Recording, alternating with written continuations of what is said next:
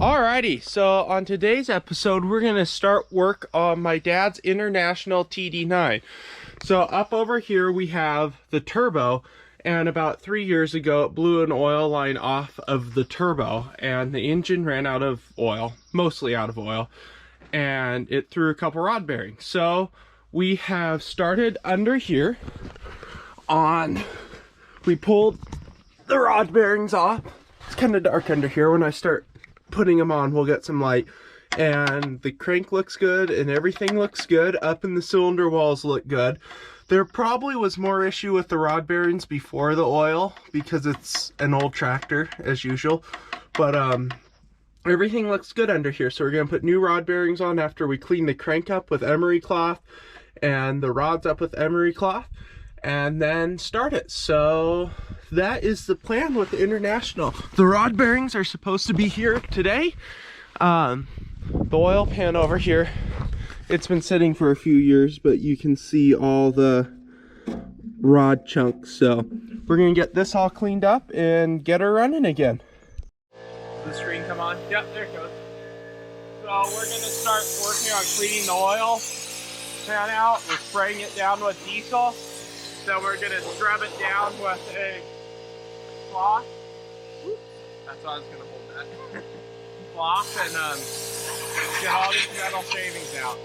So that's what we're gonna do. I'll catch you guys up when this is all clean. Alrighty guys, so I pulled the oil filter off and used my plasma cutter and just plasma cut the top of the oil filter. And as you can tell, there are some like shiny metal chunks in the oil filter, but it's no big chunks. It's mostly metal shavings. So it's not near as bad as we thought it would be, which is good because it only ran just a few moments after the oil was out. So see, there's the inside of the oil filter. Still clean in there. So up here in the tractor, I haven't looked at this very closely yet. Come in here. The flashlight on. See if you guys can see. Yeah, that looks nice and clean right there inside the oil filter. So once the bearings come, we're gonna work on Dad's cleaning the oil pan right now. Say hi, Dad. Hi, Dad. Dad's cleaning the oil pan right now, and it's coming out good, so stay tuned. Alrighty, so what I'm doing now is I'm gonna take some of this diesel here, and I'm gonna dump it down into the bottom of this, which is where the oil comes up from the oil pump, and then that is going to flush any metal shavings that may be in there out through the bottom of the tractor onto the bucket under there. So yep, that's that. Dad's continuing to work on the oil pan. Alrighty, so since the oil line blew off to the turbo here, I thought I'd check it. So we got the snap-on dial caliper up here on here, and when we pull down on the turbo, there's just about 10 thousandths of an inch of play in there. You can't really even see the turbo moving. And then when you pull the dial caliper off here carefully, and you spin the turb ski, it does not have any noise in it whatsoever. Still it's a little tight, but I think that's okay. That's a good sign. It's not loose and wobbly. So I think we're good on the turbo side of things. Alrighty, so got my compressor housing all cleaned up. We'll come out here where the light's nice. Look at that thing, blinding clean. Anyways, got this all cleaned up. As you saw, it didn't have much play in her. It's nice and smooth, no rough spots on the bearing. So got all the dirt cleaned out of off the compressor. It's nice and smooth through here. Not much play. I mean, there's a little, but it's an old tractor. So we are going to bolt this turbo housing back on. I hope you guys can see, because I can't see if my camera can see here. So we'll go, I don't know where we'll go. We'll go right here. You guys. Oh wow, that's way off.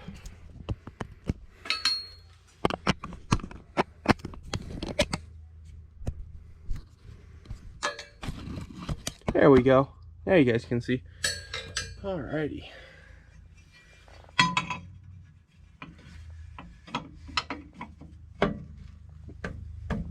Oh, that goes on so much easier and it comes off. Fits in there nice and tight. Of course, every time I film, somebody drives by. Just a given. So, gonna put these bolts in and we're ready, tighten all this down, and we're ready on the turbo side. So I have a crack on the top of the mount to the air cleaner on this old girl. I got my welder all set up and my turbo's all covered, so I thought I'd bring you guys along with welding it. You can jump around to the other side and get her stuck back on there. Oops. Advantages of Harbor Freight welder.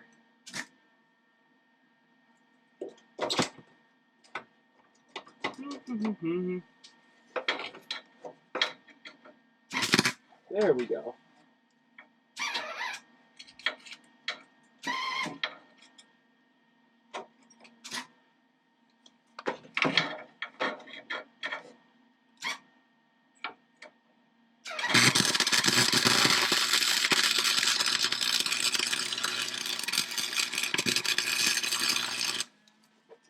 Now we got the spot started.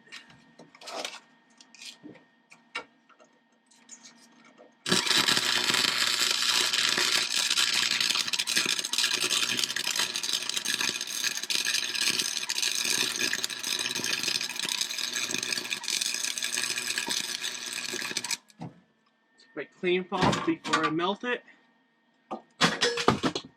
Ooh.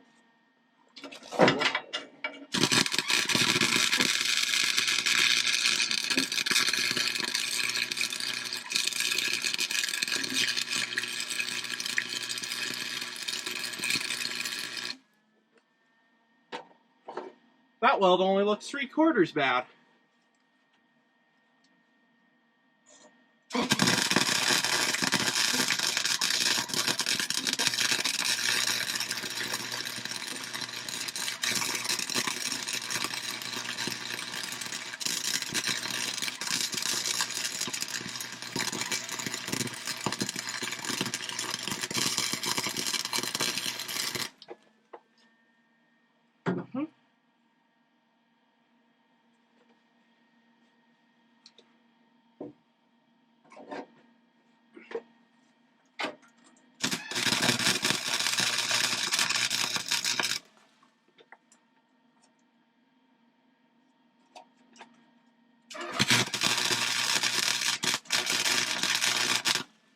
Oh, I was right about my foot getting burnt.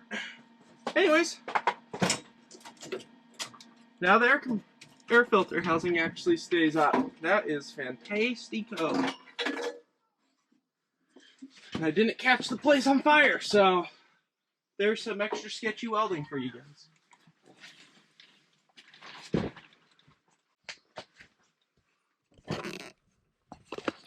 Anyways, got the oil filter all clean, pan clean, oil filters on, and that's that. Alrighty, well, headed under here with the emery cloth to start on the bearings. Got everything up top done, and yes sirree. So, the diesel I spilled earlier smells fantastic. So, I'm gonna just set you guys down. I wonder how you can see up there. Oh, they're not good for the Go Less Pro to be diesel. Alrighty. Hopefully you can see up in there. I cannot tell, but yeah, you should. So, start emery clothing this.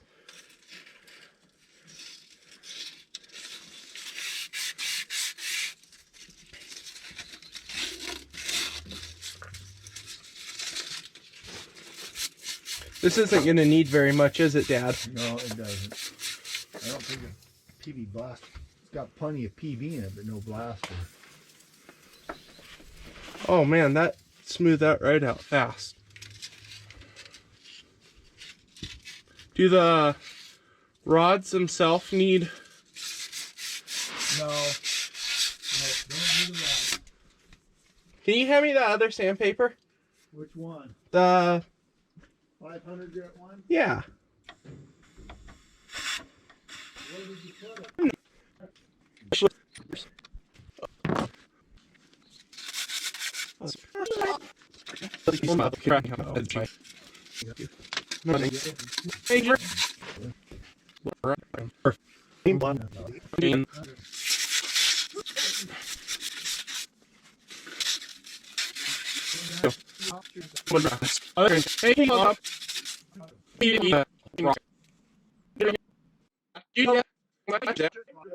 Here.